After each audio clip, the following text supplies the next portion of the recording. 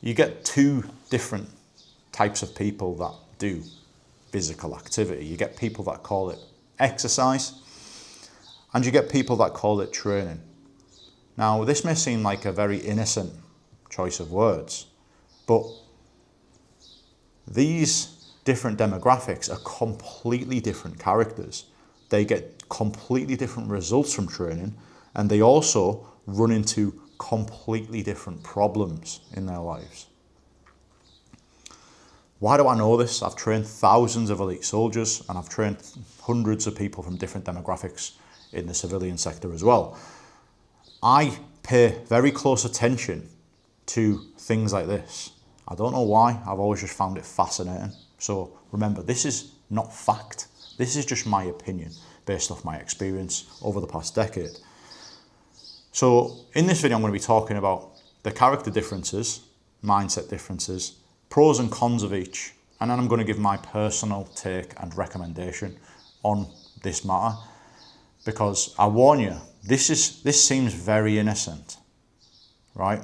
For somebody that doesn't necessarily know any better, and trust me, the consequences of getting this wrong are absolutely brutal, right? So hopefully you appreciate that, and let's get straight into it. So the character differences. On one side of the scale, the people that say exercise, you've got people that are motivated by, the emotional stimulus from, that physical activity. They are usually extremely busy, extremely stressed during the day, a very highly demanding, highly psychologically demanding job. And they use this time slot of physical activity just to kind of like unwind their brain a little bit and just kind of give them some dopamine, give them some endorphins. And that's the main reason that they choose to do physical activity. Now, that physical activity could be running, it could be Brazilian Jiu-Jitsu, it could be a fitness class in the gym, it could be high rocks or CrossFit, whatever method, right?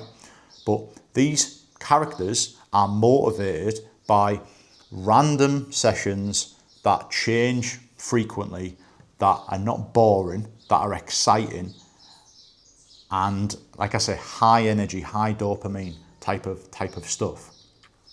So they're the type of characters, and over the years, usually it is people that are really stressed throughout the day, whether that's a demanding job, a very demanding family life, and they just need that like simmering down or that reset psychologically. The mindset of that person, like I said, it links into character as well. So the other demographic, the people that call it training, these people go into the training session with a very specific goal in mind. They don't care whether the training session is exciting, stimulating.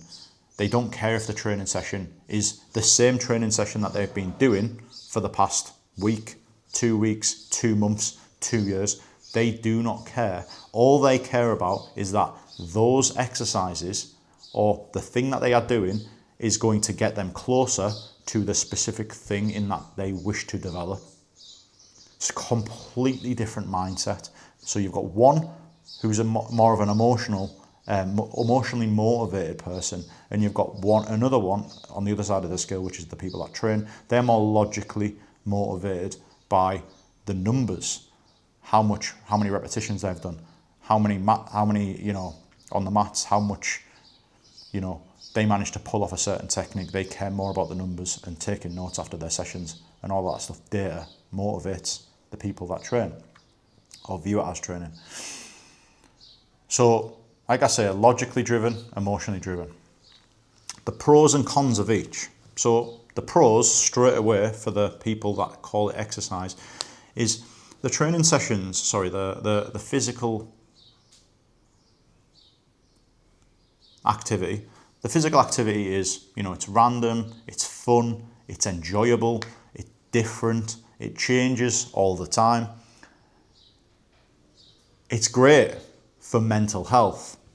Jiu-Jitsu is a perfect example of this, and I literally believe that jiu-jitsu is the ultimate version of this.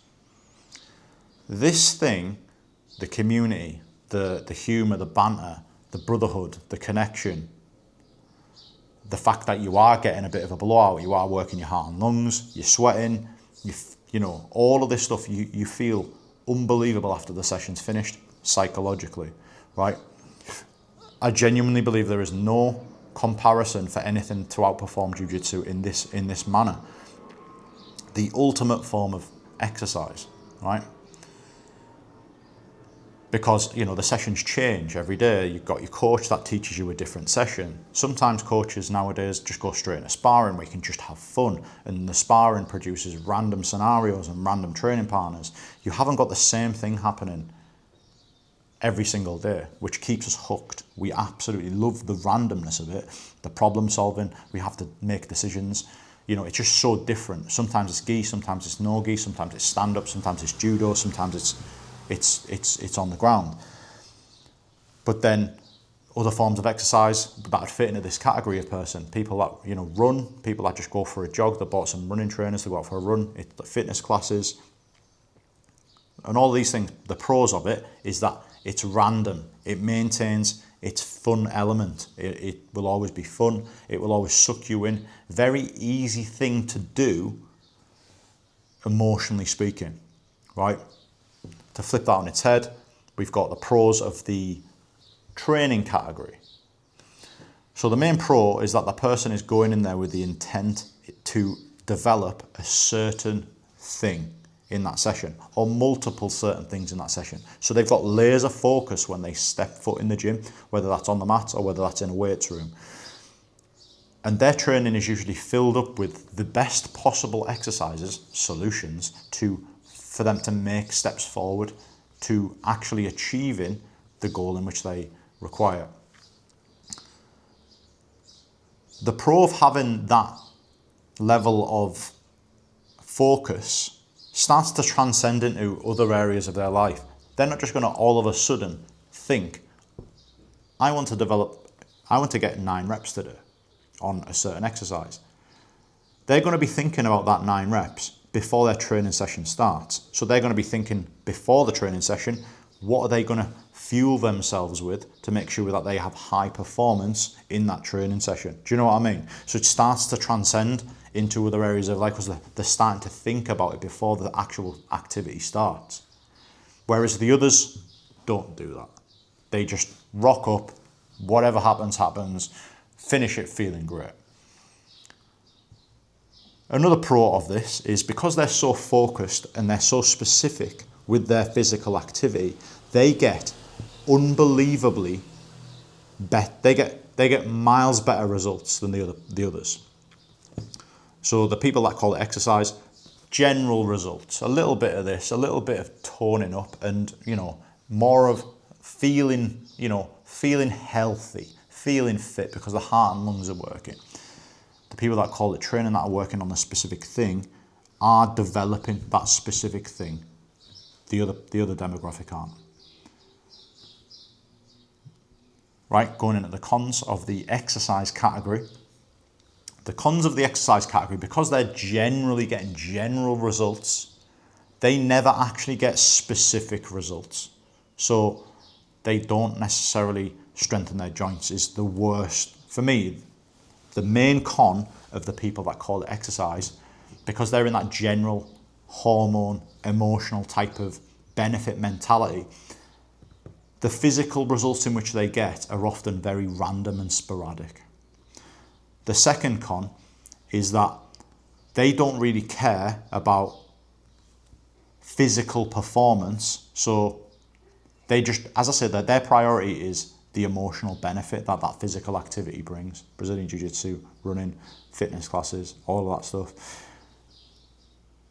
So they often miss the foresight of that form of, because they want to improve their emotions, they want to just, you know, decompress a little bit, which again is very important, but they often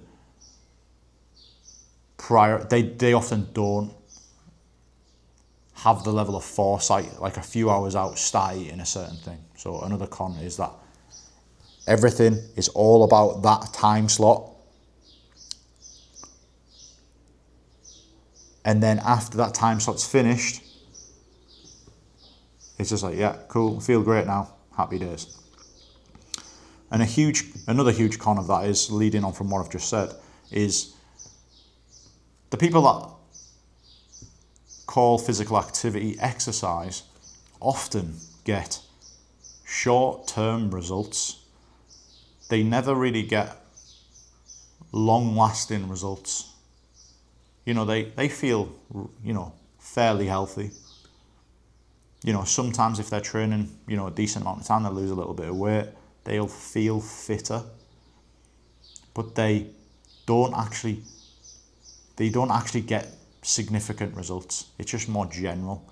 And the last con of this exercise category is that for all the hard work that they're doing, their joints don't actually ever feel any stronger. If anything, the activity in question makes their joints feel weaker.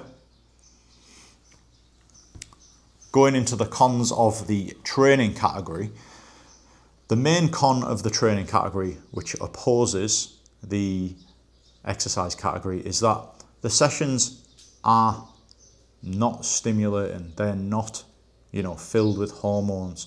They are not random. People that train will do the same exercises for months on end and be completely satisfied with that. So they don't need the change. They just need to know that what they are doing will get them in the direction that they want to go. So less emotionally stimulating. Number 2, the main con of it is any more. I'm trying to think if there's any more.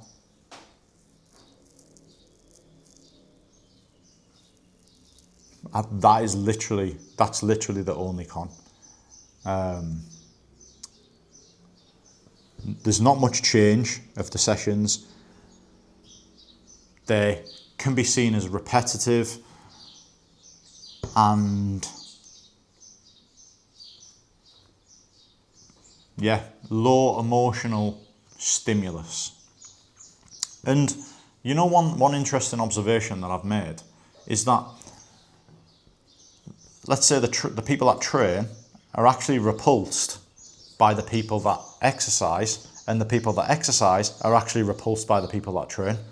I find that a really fascinating observation that I've made over the years, because the people that exercise arguably don't have a goal in mind when they go into that training session. So they just go in and it's just like, yeah, what we're doing today, don't really know, don't really care. We're just moving our body, absolutely fantastic. The people that train have a specific goal, and the people that train are repulsed by how can you go into a training session without a goal in mind. And then the people that don't have the goal in mind are repulsed that they can be so focused and determined, because, the opposite demographics are repulsed by each other. And this is why I struggle with, a lot of people in jiu-jitsu, because they are absolutely repulsed by everything I'm saying about strength training and strengthening their joints. So Brazilian Jiu-Jitsu falls into the category of exercise, right? Even though it's a martial art, it ticks the ultimate mental health boxes. It's random every day, it's random every session, it's random every row. It ticks it in that category. Me trying to get them to do the same training session for months on end, they're just like, nah, mate. They'd rather be injured. So, anyway, let's wrap it up. My recommendation is that you do both. However, you have to do the training first, and the training has to prioritize developing your strength, right? So the strength foundation. Think about this. The word foundation. Think about your house. Imagine the master builder that is building your house didn't measure the wood, didn't care about what wood he was using, didn't weigh the wood before he actually started cutting it. Was just like, yeah, you know what?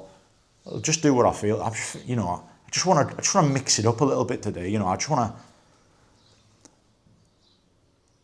Would the foundation of your house be able to withstand the demands of weather, a storm, high wind?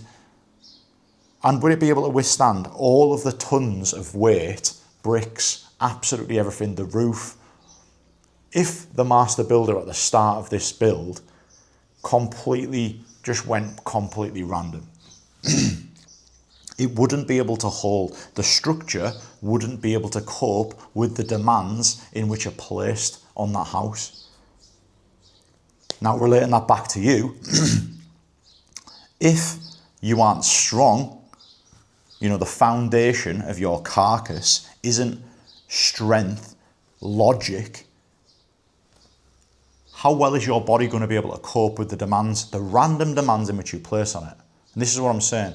Strength has to be the foundation, and absolutely have one eye in the future, or a little bit of your training can be random. Do you know what I mean? Just to get that emotional tick in the box. For example, the perfect way we can do business is do the weights and do jiu-jitsu. You're ticking logic and emotional boxes there. You're getting massive mental health benefits from jiu-jitsu, and you're getting the logical strength benefits from training. Hopefully that makes sense. And hopefully now you can distinguish between the two and you see the pros and cons of each. But the main consequence of people that get sucked into, exercise is that obviously they want to do the thing that's more enjoyable because they don't have much time during the week. So the time that which they do have, they're going to choose the more enjoyable thing. It's like being presented with different types of food. You've got food that's healthy, you've got food that's unhealthy, food that they enjoy. They're obviously going to be drawn towards the thing that they enjoy. That doesn't mean it's good, because if you don't have the underlying strength to do the jumping, to do the stand-up wrestling, you are going to absolutely fuck your body. You basically, every time you do that physical activity, whether it's running, whether it's a fitness class, whether it's jiu-jitsu, whether it's hiking, your mind's going to feel amazing after it, but your body's going to be absolutely fucked. So you have to have a sustained period of building that foundation, exactly like the house analogy I said. Because the master builder that builds your house is not going to be winging it. He's going to be measuring everything out. Every single element is going to be data-driven. Data-driven. Yeah, it's going to be rooted in data, because the strength of your house matters, just like the strength of your body matters.